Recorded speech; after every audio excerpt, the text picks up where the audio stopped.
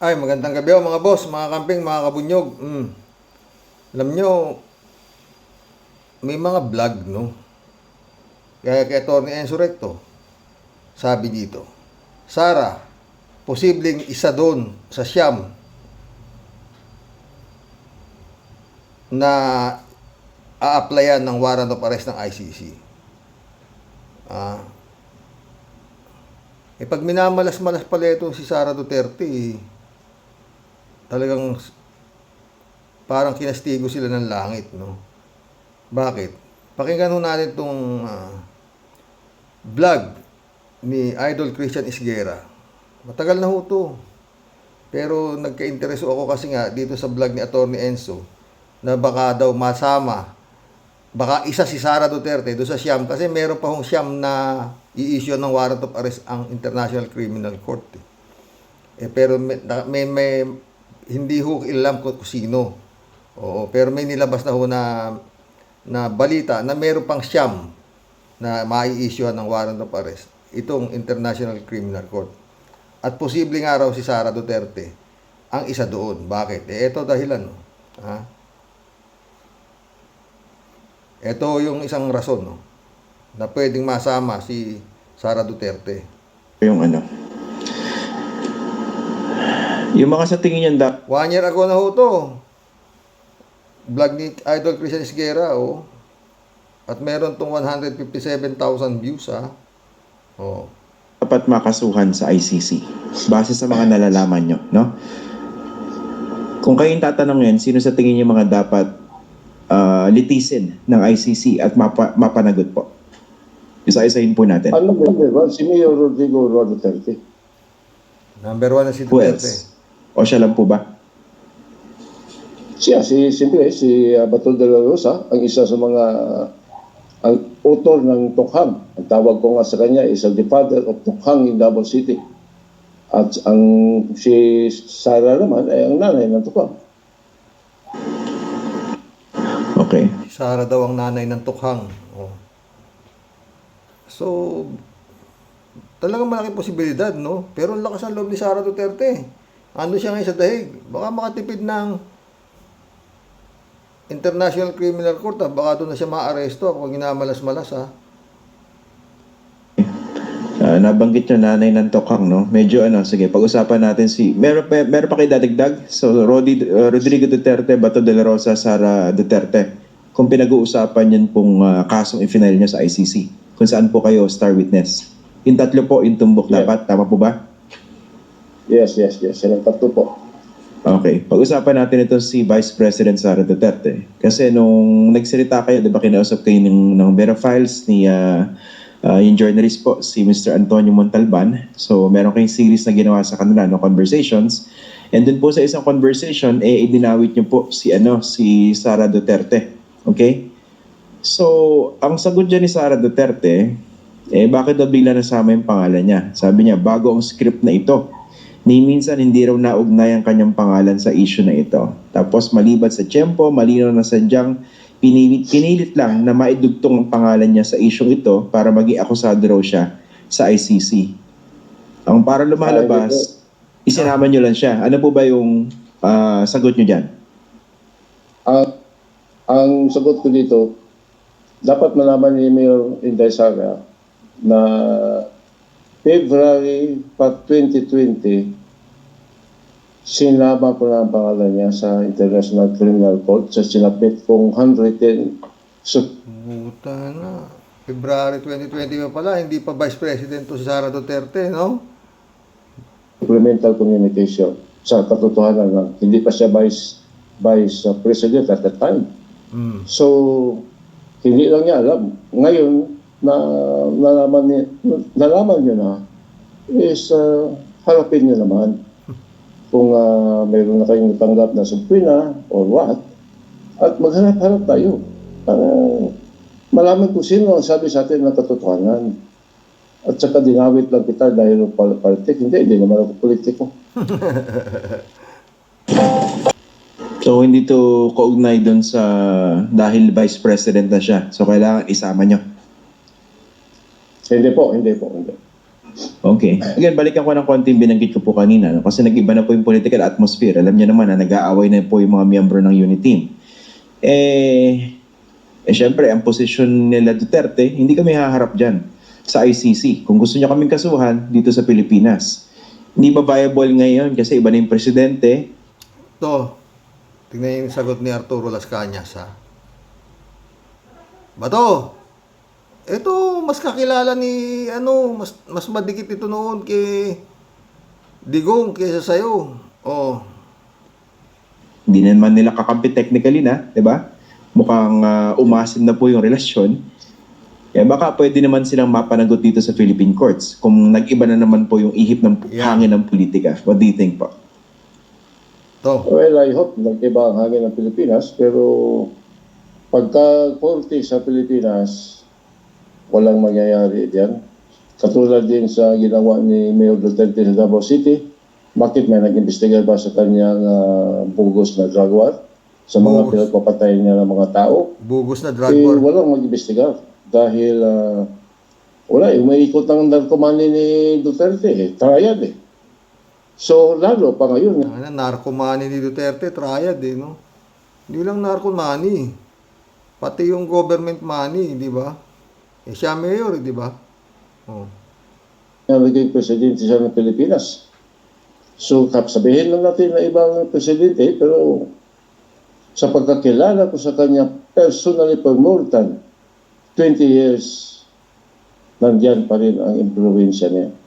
Walang hustisya sa Pilipinas except in ICC. Okay. You mentioned po na Walang hostisya sa Pilipinas except the ICC. O, totoo sinasabi ni Las Cañas, mga friend. Bakit? Hindi nga makasuhan dito sa Pilipinas si Digong, di ba? Oh. kilala niyo siya for more than 20 years. Oh. Dito sa mga binibitawan niyang salita, binabanatan niya na si Bongbong Marcos, nag-iingay siya, no? Ano po ba yung basa niyo dyan? Kasi tama ba yung suspecha ng iba na baka nakakaramdam na ng takot? Sa pagkakakilala niyo po sa dating Pangulo, ano po ba yung To, kilala niya si Digong, mga boss no? Hindi kagaya nito si Bato kung ano sinasabi, pinakamabait, no? Iba, no? Malayo. At saka ito, si Las Cañas, di ba? Sabi niya nga niya, yung Bongo na yan, tagabili ko lang yan ng Maruya. Nung araw, nung si Mayor, hindi pa ganyan kaya karami ng kwarta, ha? Mayor pa lang nun, Duterte. Duterte sa Sara Duterte, nagpapalit-palit lang naman sila. Mayor, Vice Mayor, gano'n lang naman Puro Duterte, wala na uupo sa... Kaharian nga nila ang Davao Ayon doon sa kanilang pamangkin na si Noel Duterte. Yun yung psychiatrist na nasa ibang bansa, di ba? Matigas lang ang ulo talaga ng tao, di ba? basa niyo dyan? Well, sa pagkakilala ko kay Mayor Rodrigo Duterte is Yan. matakutin. Matakutin siya at saka walang alam sa batas ito. Walang alam sa Hilig batas. lang siyang magpapatay, magbayad, kanyang mga sinungalingan, gamit ang kanyang mga bayad na mga media sa Davao City. Pasensya na po ha. So, matakutin siya sa ngayon is ginagawa niya ito dahil meron siyang, pagbasa ko dito, meron niyang ibang behind the scene na plano. Kaya ulit-ulitin Tulad po ng ano? Ano yung mga binabanggit niyo tingin yung behind the scenes sa plano? Well, isa yan sa mga behind the scenes sa mga plano ni Duterte. Nung araw sa Davao City, is siyempre ang death squad niya. Death Then squad. isa si Bato de la Rosa. So, Hindi, yung ngayon Ano po. po? Ngayon po, meron ba kayong... Akala ko you're talking about behind the scenes sa mga galawan ngayon. sigurado may plano yan si Mayor. Iba ito pagka Yan, no? siya ang magiging kalaban mo. Talagang gagawa ito ng katraidoran talaga. Hindi ito Kaya PBBM, ingat ka. Hindi basta-basta tao ning nagsabi pala, kaya tinrobak ko makarating sa'yo, may magpasa sa'yo na mag-ingat ka. Ako tingin ko mga friend, yun na lang ang only way na itong Duterte. Yung mapatay si Bongbong, mamatay si Bongbong, at yun, si Sara Duterte ang Pangulo, di ba? Oo. At saka yun nga, mahirap daw kaaway ito, traitor, sabi nila sa Kanyas, di ba mga friend? Oo. Ito na laban na parehas Oo. o harap-harapan na legal? Hindi po. Hindi po. Hindi, gagamit yan ng narkomani at Narkomani. mga tauhan ng triad. Oh, triad, oh. Okay. Isa-isahin po natin ang iba pa mga dinawit nyo rito, no? Kasi public record naman yan, no? Dahil nyo, inakusahan nyo sila publicly. So, yung kay Sara Duterte, ano po ba ebidensya nyo? Kasi Yan. sinabihan nyo siya na nanay ng Tokhang. What exactly did you mean? Yan, no. Kung hindi ko nagkamali, February ng 2012, noong naupo si Pucha, February 2012 pa, mga boss, nung naupo. Nung naupo si Bato. Bato de la Rosa as police chief ng Davao City Police Office. Tinatawag niya ako doon sa kanyang opisina at saka in-advise niya ako na bulgar na ginahimo ninyo to, sabi ni Mayor Inday. Bulgar na daw, samok daw pirmi ang media. So, nakapag-isip ngayon si Sara na i-abduct na lang ang mga target personalities sa kanyang illegal drug campaign, separate sa style ng kanyang tatay na riding in tandem. Ang kang Sara, kaya nga na-invento ni Bato de la Rosa ang Tokhang, meaning Tok-Tok Hangyo. Pag nadala ang target, i-abduct ito at ilibing sa Laon Quarry. Ito po ang mga diferensya sa mag-amang ito. So, yung Tokhang as... Ano pa? Sorry. Go ahead pa. Ang ebidensya ko po, nung nag-instruction sa akin, kasama ko si SPO4 Sally Benaventura, mismo si Mayor Sara Duterte, na ayaw na gamitan ninyo ang fossil nga style sa binisaya ng instruction sa amin. I-abduct ninyo ang target o niya Huwag na raw gamitin yung riding in tandem, pinapatay na lang. Ngayon kay Sara, yun nga, abduct, ilibing. Oh. Para, ilubong ninyo para missing lang missing lang. ang magiging kaso. At ito ang Oplan Tokhang. Nangyari po ito sa Davao City. Nung binigay yung alleged instructions po, sino-sino po yung present? Who can Si corroborate SPO4. your account? Yes, SPO po, Sally Benaventura. Siya ang kasama ko. Nasaan na po ba si ngayon? Si Sunny Buenaventura?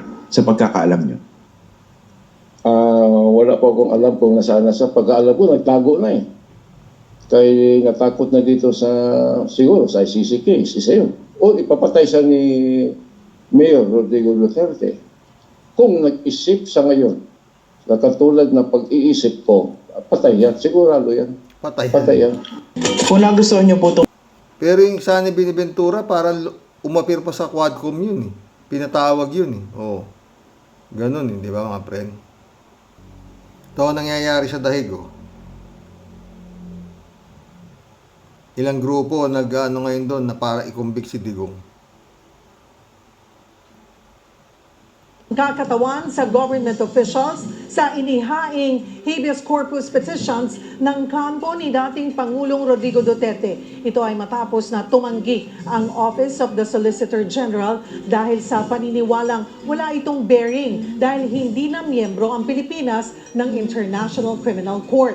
Samantala, nagtipon naman ng ilang grupo sa the Netherlands para sa mga naging biktima ng war on drugs. Sana raw, hindi lang basta pangalang inililista at binibilang ang turing sa mga biktima. Magbabalita si Gretchen Ho. Nagtipon ng ilang grupo sa harap ng ICC Detention Center sa The Hague Penitentiary para sa panawagang hustisya sa mga biktima ng war on drugs ng Duterte administration.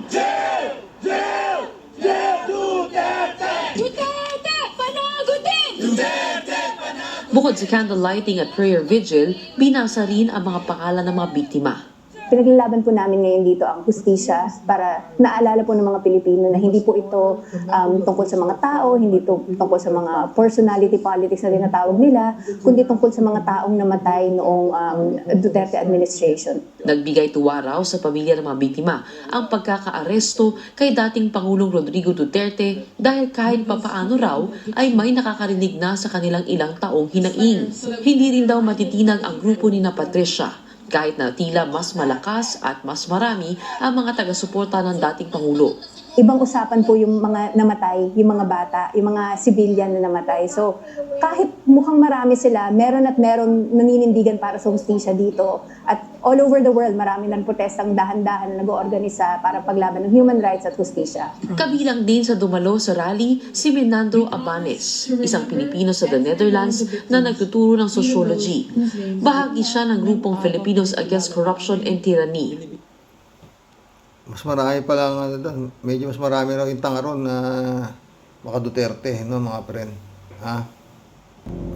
Paisaw. Nang nahaharap ngayon sa kontrobersya ang dalawang pinakamatataas na lider ng bansa matapos ang akusasyon kaugnay sa iligal na droga laban kay Pangulong Bongbong Marcos.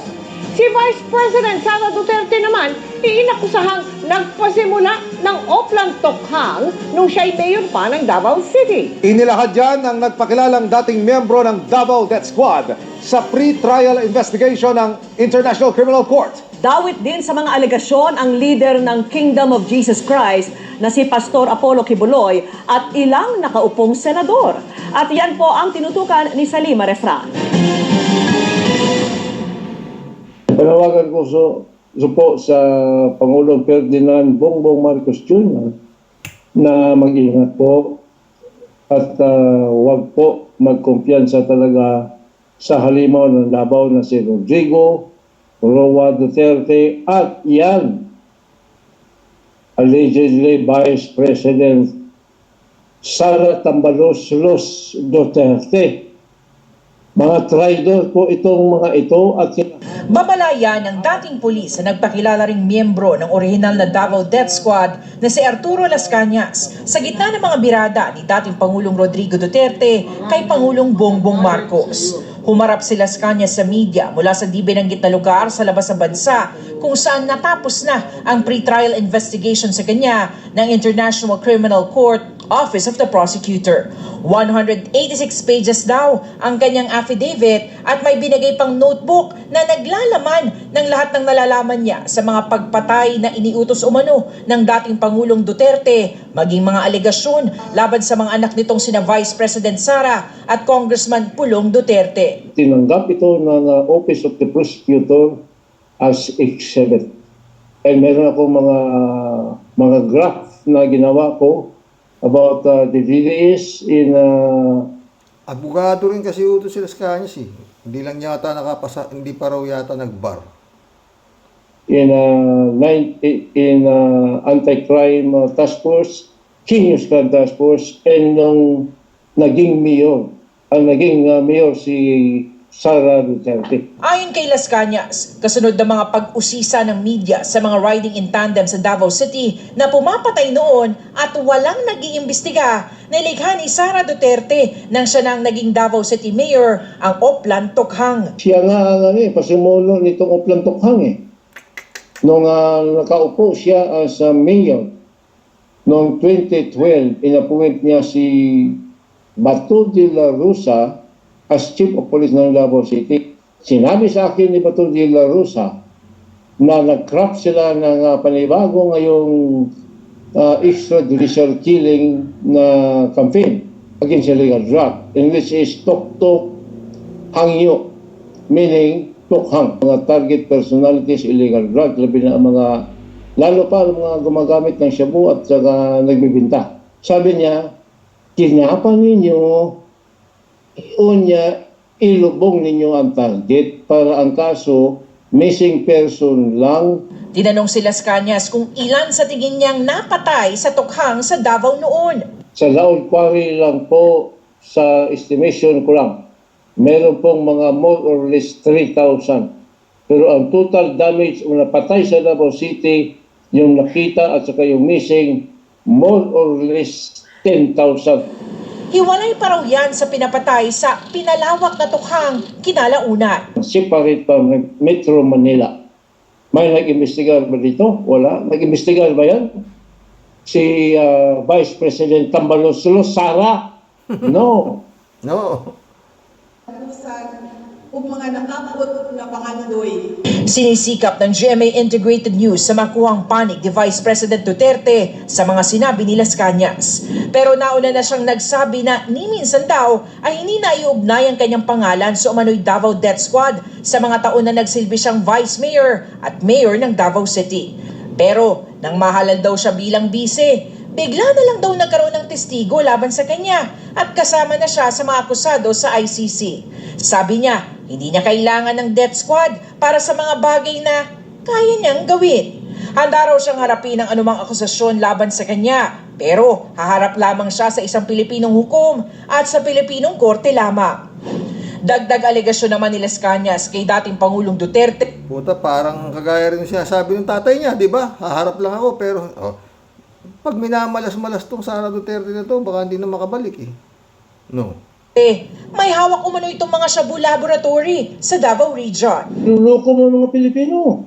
Anong ginawa mo? Drug war? Anong drug war? Ikaw ang drug lord. Pinapapatay niya sa grupo namin ni Spearport Bin Laud yung 11 Chinese workers in chemist ng Davao Shabu Laboratory at ng Barangay Obrero. Si Mayor Duterte naman ang in charge dito sa Southern Mindanao, dito sa mga Shabu Laboratory. Ang koleksyon raw ng baril ng dating Pangulo, hindi lang daw nasa 300. Hanggang koleksyon ni Mayor Duterte during my time. During my time, ha? More than 1,000. Igaling po ito kay Kibuloy. Kung magbiyahe si Kibuloy, dala yung eroplano ni Duterte sa Amerika. Nagdala yan ng mga spare parts, silencer, mga bala, ano pa yan, mga parts. Sinisikap din ng GMA Integrated News sa makuhang panig ni dating Pangulong Duterte, pero dati na rin niyang tinatanggi ang alegasyong meron siyang Shabu Laboratory. Kaugnay naman sa alegasyong marami siyang baril. Wala akong baril sa bahay na hindi rehistrado. Collector's item man yan, it's allowed by law. How can you use it against me when the practice of giving a collector's license is allowed by law? Dinawit rin ni Las Cañas sina Senador Bato de la Rosa na Davao City Police Chief noon at Senador Bongo na long time Allowed by law, puta. Collection item, puta na. May 300 mahigit na baril. 1,000 ang alam ni Las Cañas, di ba mga friend? Sunungaling talaga siya, di ba? aid ng dating mayor at dating Pangulong Duterte. Kabilang daw sila sa mga nagbibigay ng utos sa Davao Death Squad. Para for sure na ang mga death squad, kumukuha si Bongo ng personal identification data dito kay Mr. De Guzman ng Land Transportation Office of Davao City. Ito kompleto po sa detalye kung saan nakatira ang target, anong sasakyan ang gamit niya, at anong kulay ng sasakyan. Sige, buhay sa pabaya mo niya siya, mag-alig siya na mag-alig. Nasa malinis ang konsensya ko, sabi mo, bahala sa buhay. Sinusubukan pa namin kuno ng pahayag si Go, Kibuloy at iba pang mga pinangalanan ni Las Cañas. Para sa GMA Integrated News, Salima. Ito makakaharap ni Digong dun sa ano. Pero ko mga friend, tansya ko mahihirapan lumusot talaga yan, si Digong. Hindi ko tayo gagaling-galingan. Nanonood ako sa sa mga social media, yung mga abogado mismo nagsasabi, paano niya kukontrahin yung sarili niyang bunganga? Siya ang maamin na talagang nagpapatay siya ng tao, di ba? At marami yung nagsasabi na talagang hindi na makakabalik yan si Digong. Yun na lang, ang makakapagligtas sa kanya, kung kukunin na siya ng amo niyang si Satanas. Yeah. Siya nagsabi niyan, sa impyerno siya pupunta. Sino boss sa impyerno? Di ba si Satanas? Kalat ni Baya, shout out. Hello, Akira Milus, shout out. Sabi ni Kalat ni, asa na ba yan? Nakakausap mo ba? Librado Tutubico, shout out. Hindi baling ginabi, basta tayo dito sa Roque Avenue, sama-sama together. Yung namang EJK ng tatay mo, bakit walang prayer rally? Ano yun? Tsaka, ang kalaban na ho talaga ni Duterte, tadhana. Diba? Baka nakatadhana din si Sara Duterte na hindi na siya makabalik at magsama na talaga sila ng tatay niya doon sa Dahig. Matibay ho yung di ba? Nanay ng tukha nga, di ba? Hello mga bear, be well and God bless you always. Sabi ni Kalatni. Salamat Kalatni, God bless you din, ha? Ha? Ano ka mo, tambaluslos? Magmumukmo ka muna. Maraming tanganisim din pala sa Netherlands. Sabi ko sa'yo librado communicable disease nga yan Oo. Nakakalat sa buong mundo. Bakit? Dito lang ba? Dami rin tanga sa Amerika Yung mga naniniwala sa kung ano-anong mga tag dito. Yung mga Benny Hinn, Kenneth Copeland, kung ano-anong mga tangina. Jesus, ginagamit si Jesus. Para magsiyaman ng mga hayop. Julito Robilos, prayer rally DDS. Sino yan? Diyos ang dinadasalan nila. Di naman naniniwala at minumura ang Diyos ni Digong. Yun nga, dalawa nga yung Diyos Diyos ng kasamaan at Diyos ng kabutihan, di ba? Kalat wow, ang ganda at ang lakas talaga ng alindog ni Sarah My Love. Sarah My Love, umuwi ka na dito sa Pinas. Iwan mo na yung tatay mo. Umuwi ka na please. Miss na kita. Patay tayo dyan, Kalatni. Mukhang bodyguard niya si Kimo Matinik din niya si Kimo. Enrico Cruz, shout out. Sinasamba nila, minumura ang Diyos. Yun nga, yun ang sinasamba nila si Duterte na nagmumura sa Diyos. Mga ulol Kaya sabi ko eto ang impyerno. Daming demonyo rito. Oo, di ba? At pag namatay ang mga demonyo na yan, naiiwan yung kaluluwa nila dito, mapasok doon sa mga utak ng mga nabubuhay na mahina ang panampalataya sa Diyos. Yun ho ang akin, ha? Paulit-ulit. Ito rin ho ang paraiso. Tignan mo si Kibulog, daming kwarta, daming babae, paraiso, yung gago, sarap buhay. Ngayon, nagalit ang Panginoon, tinapon siya ulit doon sa impyerno. Yung sabi nila sa Kanyas, di ba? Walang aasahan dito na batas. ICC lang talaga ang makakasolve ng problema, di ba? Wala nga nakasampang kaso kay Digong, di ba? Maski na pinagmumura niya na yung presidente. Yung anak naman niya, kumuha ng papatay sa kanya, wala pa rin, nakakalaya pa rin sila, di ba? Nakapagparali pa rin sila, di ba? God moves in a very mysterious way, my friend. Ito naman si Amy, papatawag po. Kung, anak ng kamote. Bukas may magandang topic natin. Perdia San Juan, shout out. Good evening po, Karox, sabi niya. Kalat niyo. Anytime, alam mo na naman, Kasani. Basta pagdating ka BP Lenny, ay anytime tayo dyan. BP Lenny, you're the one, my only love. You, BP Lenny. Ikaw naman, masyado ka naman chick boy. Salvador Centeno, shout out, Pansin ko lang, Karox, parang iba ang ngiti mo mula nang mahuli si Digong.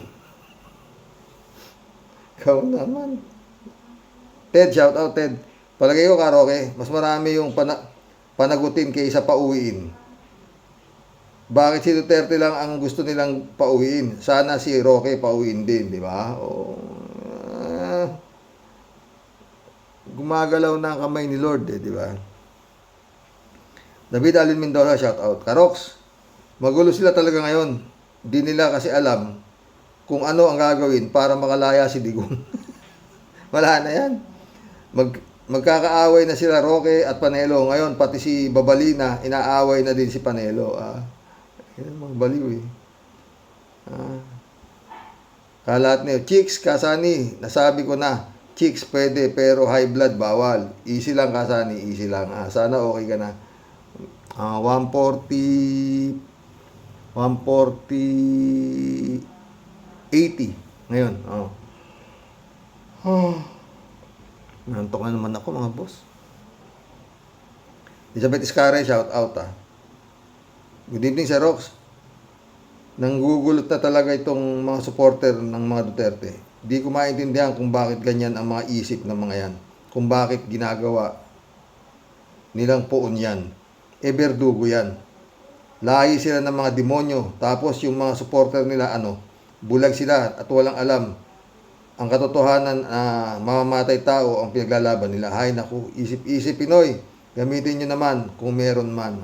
Pero kita mo, ngayon, medyo wala na yata. Paano yan, ano yan, Elizabeth? Pahupay ng pahupay yan. Oo. Yung mga Duterte na yan. Di ako naniniwalang walang bayad dyan. David Alin Mendoza. Sana tinanong si Sarah Jing kung mga OFW dyan, kung gaano na sila katagal sa Netherlands. Baka panahon pa ng ama niya ay nandyan na sila dahil sa kawalan ng magandang pagkakakitaan sa ating bansa. Yung iba dyan baka citizen na Andiyan si ang alam ko yung kaibigan namin ni Kalatni, si Shea Inc. London, UK. Nasa Europe din yata yun, Kalatni. Ted, nag-apply daw si Roque ng political asylum sa Netherlands. Ang unang rason, ginigipit siya sa Pilipinas dahil ayaw ng gobyerno ng Pilipinas na magkaroon ng abogado si Digong. Kahit silang daw ang qualified na Pilipinas na abogado para kay Digong sa ICC. Pangalawang rason, ang hindi patas na paghatol ng Quadcom sa kanya. Yan ang dahilan kung bakit siya pumuslit sa Pilipinas. Ang hindi sinabi ni Roque ay inahabol siya ng gobyerno ng Pilipinas dahil sa kanyang korupsyon. Tingnan ang galing ng apog mo, Roque, kung paniwalaan ka ng Netherlands. Dahilan mo, Roque, malabo pa sa maitim na dugo ni Digong. Elizabeth Iscare ulit Tama kayo, Sir Rox. Dapat lang ma-impeach na yung Sara na yan. Naubod na yabang. At grabe ang pagnanakaw nila na ginagamit nila ang fake na pangalan para makakurakot. Ay, gising Pinoy, huwag kayong pabudol sa mga yan. Lahi yan ng mga demonyo, pati yung mga alipores nila, utak ipis. Totoo, Buti nakakatulog pa yung mga yan. Pero yun nga, dapat talaga si PBBM, mag-ingat ka talaga. Maski si Atty. Claire Castro, dapat mag-ingat yan. Gaya ng sabi nila sa Kanyas, hindi lumalaban ng parehas yan.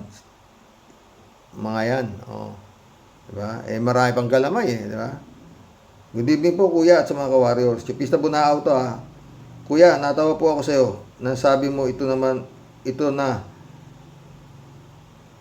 ba man ang grupo ng mga naman ay grupo ng mga engot. At isa pa, kuya, na nagulat talaga ako at nahulog pa ako sa inuupuan ko na sinabi ni Sal Panelo na kundi na pwedeng tumakbo si Sara bilang Pangulo, meron na raw silang ipapalit at si Kimo pala ang kanilang pambato. Tapos sa vlog po ito ni Jake Magnus at ipinakita na si Robin ay lumapang ng babae sa harap ng media.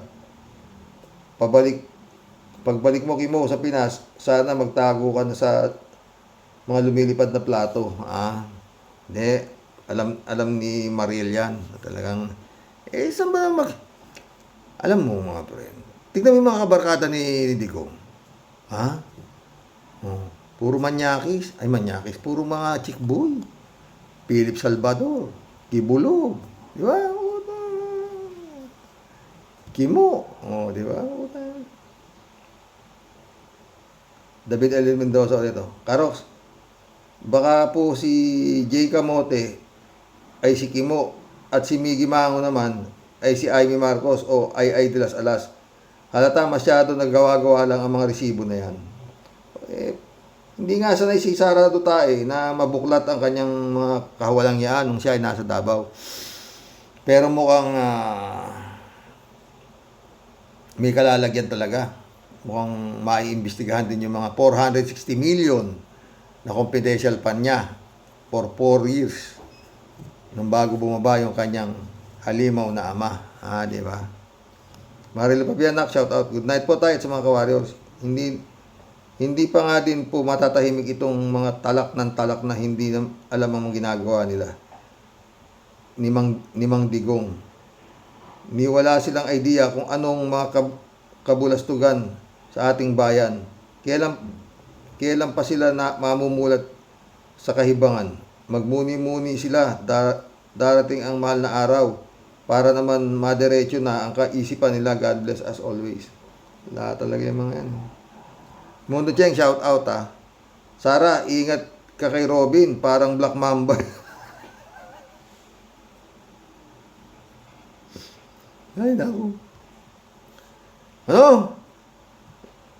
Sara, ingat ka kay Robin, parang Black Mamba yan. Philip King Cobra, ingat, honey. 2 ulupong ang mga yan. Mundo Cheng ka naman, parang kilala mo ba sila? Ako, konti lang, slight. Hindi sultada yan. Mundo. Ay, nako. Mundo Cheng, Sara at Bongo, nagpapaawa, baste, galit daw, bato, galit-galitan, kumpletong Ricardo na di ba? Mundo Cheng ulit, oy Garcia, mukhang gumagana na ang mga plano mo Nag-uumpisa na sa survey.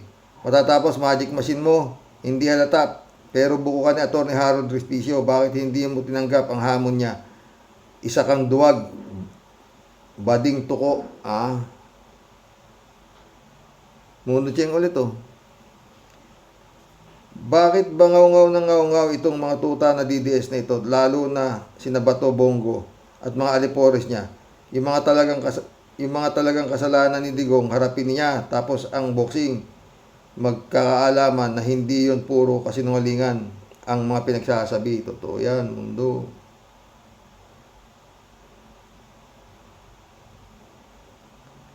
Mundo ulit Kilalang kilala na tayo sa buong mundo sa kahihiyan, sa kagagawan ng mga lahing Duterte. Totoo yan. Nelson Batalone, shout out. Naku po, kahit nung unang panahon pa may OFW na, no inday, tandaan nyo, pag may kasalanan, dapat pagbayaran sa batas. Tapos impeachment naman dito sa Pinas para tapos na. Kung makakabalik pa siya. Mukhang baka siya, kasama nga siya doon sa siyam na merong warrant of arrest di ba? Normando Reyes, BP Fiona, nambubudol ka na naman ang totoo, kasama ka na sa problema ng Pinas dahil sa pagiging kurap mo. Huwag mong daanin sa mahinhin mong boses ang mga tao. Maskara mo lang yan dahil nakita namin ang totoong pagkatao. Oops, violente mong pagkatao. Totoo. Mananap ka na sheriff yan, Mundo Cheng ulit, Pagka namatay yan, hinayupak na Digong yan, huwag nang ilibing, itapon na lang sa West Philippine Sea, baka iluwa pa yan ng dagat. Normando Reyes, Madami daw nagawa sa Pinas si Digong. Come again, madam. Nag-iwan ng 13 trillion utang, daming pinapatay without due process, pagtatanggol sa Parmali scam dahil involved ang drug lord friend niya na si Michael Yang, pagkakalat ng fake news, pagmumura, pangbabalahura sa posisyon, pagtraidor sa Pinas, sa pagluhod sa China, at pagbaliwala sa napanalunang kaso ng Pinas sa UNCLOS. Lahat yan, may resibo. Sa bagay, ang daming ang ngawa para ibagsak ang Pinas. Totoo.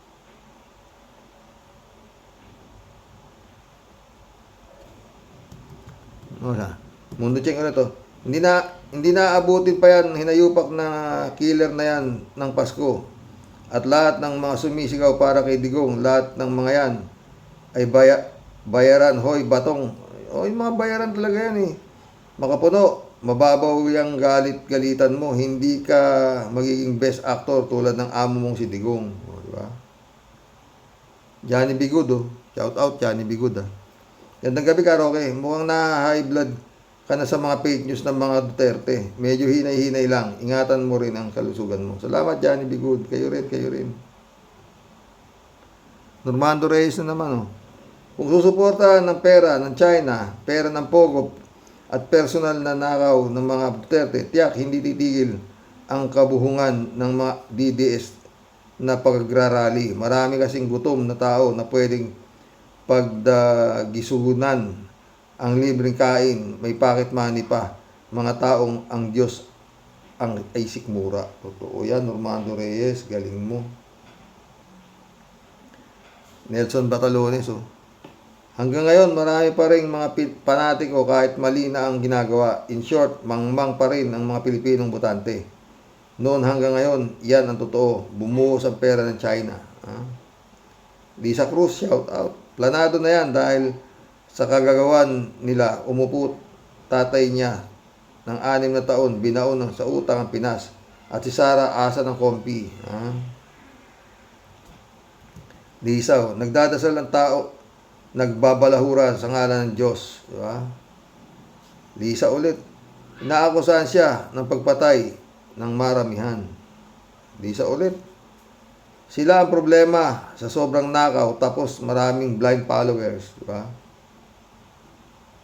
Shirley Jaser, shout out ha. Wow, ang bait naman ni Sarah.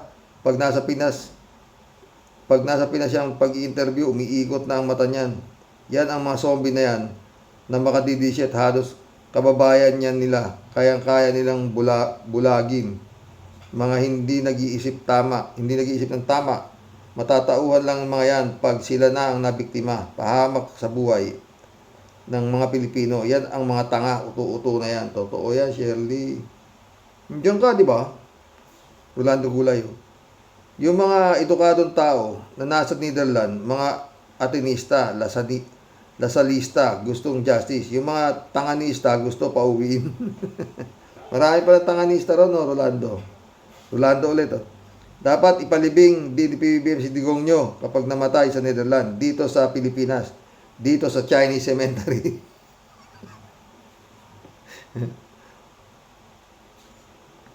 Maria Luisa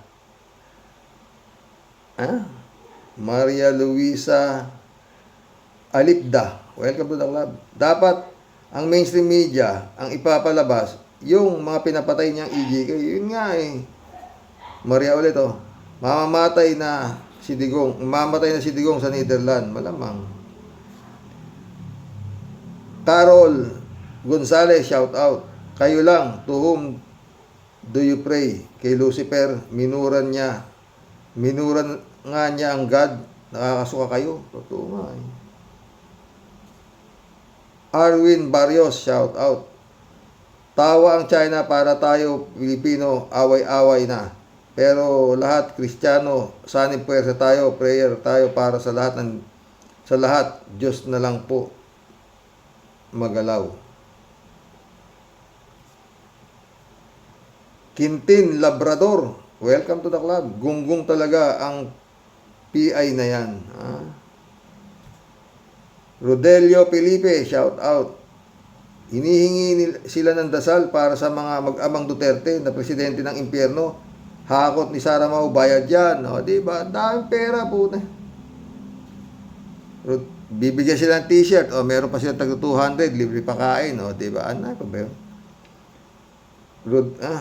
Rodelio Felipe. Script yan ng mga DDS organizer at malaki ang bayad. O, diba? Talagang hindi na pupunta yung mga... Sa hirap ng buhay, sasama sila sa ganyang rally na walang mapapala. Yung mga tao na yan, simple. Domingo Alfonso, welcome to the club. Jail Duterte. Jokiano, puro prayer rally kayo. Yung pinagdadasal nyo naman, hindi naniniwala sa Diyos. Yun nga, sira ulo mo to. Reynaldo Gonzalez, shout out ha. Nagpapatay na nagnakaw pa, sinasanto pa. Lord, forgive them for they do not know what they are doing. Yun nga, Reynaldo Gonzalez eh. Malapit na mahal na araw hanggang ngayon, itong mga putang, may mga mapapamura ka talaga eh. Mga kampo ni Satanas, at ng puta, kalat. Simon Judge, shout out Karox. Dapat kunin ang pangalan, address at cellphone number ng mga rallyista para ma-verify. Baka kasi mga bayaran. Siguradong bayaran yan. Simple ah. Doon nga sa Liwasan, Bonifacio. Tangina. Hindi pa sila makabuo ng 2,000. 1 linggo na sila doon. Ngayon, biglang dumaming ganyan. Kalokohan yan. Mary Grace Santos. Wala na. Kalungkot pati Diyos ginagamit pa sa kabalbalan nila. Prayer rally, minura ng pinagpipray nila ang Diyos, tas biglang nananalangin sa minura na Diyos. Good evening, Kuya Rox. Stay healthy po. Tayo ang manalangin para sa mga prosper ng kasamaan. Para di mag-prosper ang kasamaan, di ba? Tatay Ato Cuartero, shout out. Ewan ko, sa iba nating kababayan, hindi nakikita ang mabuting ginawa ni PBBM. Mas naniniwala sila sa taong masama. Yun nga. Estralia Miner, welcome to the club. May kasalanan din yan ang media na yan, mga reporter na yan. Sila ang pinagpapaliwanag. Dapat ang pagkakataon ngayon, yung mga biktima, ang dapat nilang interviewin. Hindi yung mga yan. Wala nang magagaling na reporter ngayon. Wala na.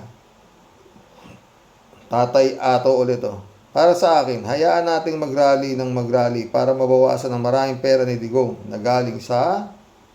Diba? Florante de Raya, shout out ha. Bato, wag kang kapanya, wala nang boboto sa'yo. Baka may matanga siya eh. Maraming tanga talaga. Friend Shelby Sapeda, shout out. Christian Sen, July 7, Alcantara, shout out sa inyo mga boss. Friend Amy Bingson, shout out. Dolor Garcia. Eman Escalona nak, shout out ha. Pastor John Lagon, shout out my friend. Jeff Ramos nak, shout out. Sabi ni Tia Deli. Naku, tantanan mo nga kami, babaeng sinungaling, babaeng sungalngal ang dila. Bakit nung kayo pang namumuno at namayagpag, umasenso at umangat ba yung mga mahirap na yawa ka? Aber, lalong naghirap ka mo. Di ba wala ka namang inatupag kundi maghakot at limasin ang kaba ng bayan na hinduropot ka? Sino lang ba ang umasenso, nagpayaman? Di ba ikaw lang na yawang visit ka? Hindi, yung mga kadikit sa kanya. Sino ba yun? Yung mga sekretarya niya, di ba? Kala mo naman kung umasta ka, napaka-amo mong topa. Wag nga kami ha. Nagmamalinis kang magaling. Di mo nga may paliwanag yung mga naisako mong kutakot-takot na salapi ng bayan, leche ka. Lumayas-layas ka nga dyan ha. At sino ang akala mong naniniwala sa pang-uuto mo? At puro kasinungalingan mo. Aber, yun nga eh. Grabe talaga, kapal ng mukha at tapang ng apog mo, no? Madam Buaya, di kami kasing inutil at bobo. Bobo mo para kami magpauto sa'yo. Ikaw rin lang, wag na toy, oy. Di ka na talaga kinalabutan sa mga buwisit ka talaga. Kapal ng mukha, di ba, friend? Diyan ka pa talaga nagkakalat ng lansa at basura mo, Chupi, layas. Hindi na makakalayas. Baka minamalas-malas to, Tia Deli. Magsama sila ng tatay niya nito, Kinam, umuwi ka sa inyo para mo ng awa. Doon ka naghugas ng lawlaw mong lubot. Di ka nakakatulong. Puro perwisyo sa bayan. Buisit, leche, mangitang ulo. Tia Deli. Tedo, bakit gumagawa ng mga DDS ng maling balita? Gusto daw ni Harry Roque na makita si Johnny Sins. Kaya gusto daw ni Roque na maging attorney ni Digong. Johnny Sins, bakit? Gwapo ba si Johnny Sins?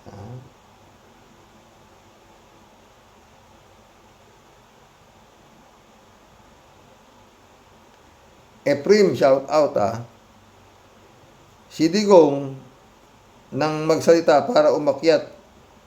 Si Digong nang magsalita parang umakyat ang bayag sa lalamunan. Totoo. Eprim ulit, Sir Roque. Ayaw kong mainis, pero pag ganito ang kaisipan ng mga supporter ni Digong, ay nasaan ang utak ng mga ito? Baka nasa tumbong. Makakapinsala itong mga ito ng mga matitinong pag-iisip. Totoo yan, Efrem. Shout out, Michael Edwin, my friend. Jan Dimango, shout out. Jerry De La Rosa, shout out. Tahimik lang kaming mga loyalista dito, sige lang. Ayun, loyalista si Jerry De La Rosa. Magandang araw, sir. Team Replay, sus ko po, ang mga tanga at topak. Kalat niyo. Beautiful, simple lang yan, Kasani. Parang bumaba ang high blood mo. Close your eyes, take a deep breath, and think of beautiful women. Sigurado tapos ang high blood mo. Ganun. Ikaw naman.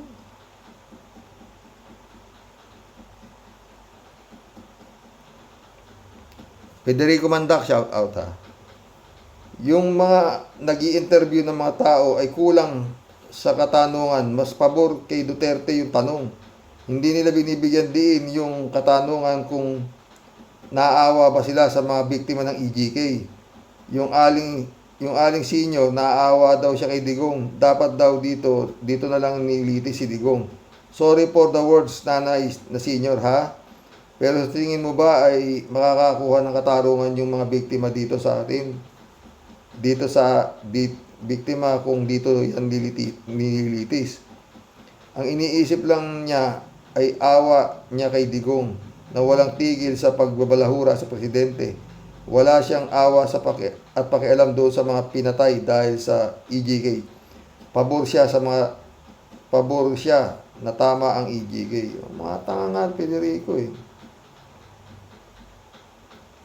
Ito, kalat ni ulit oh. Dapat mag-ingat si Kipi kay Mr. Depektibo. Ha? Baka basuka o di kaya bayong kabayo ang abutin niya kay Mr. Depektibo. Mahilig pa naman niya sa mga atabs. Ha? Pag nakataon ay wasak ang Kipi. Na yan. Ha? Kipi, Kitty. Pucha, ayoko na sana bukas dadagdag natin si Hanelet. Hanelet. Bakit ba iniwan mo si Digong, ha? Dapat sumama ka sa dahig, ha? Hanelet, ha?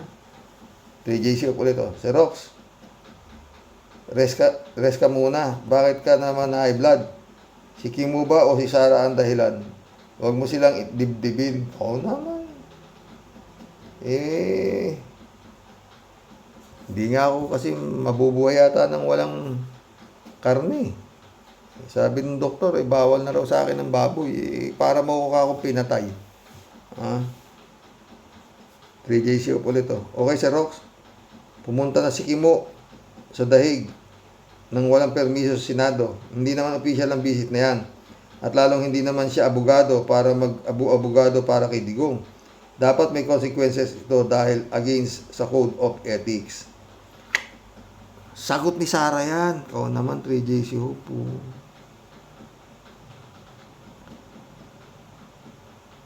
What Sara wants, Sara gets. Di ba? 3JC Hopo ulit. Ang kahirapan ay since Marcos Sr. pang problema yan.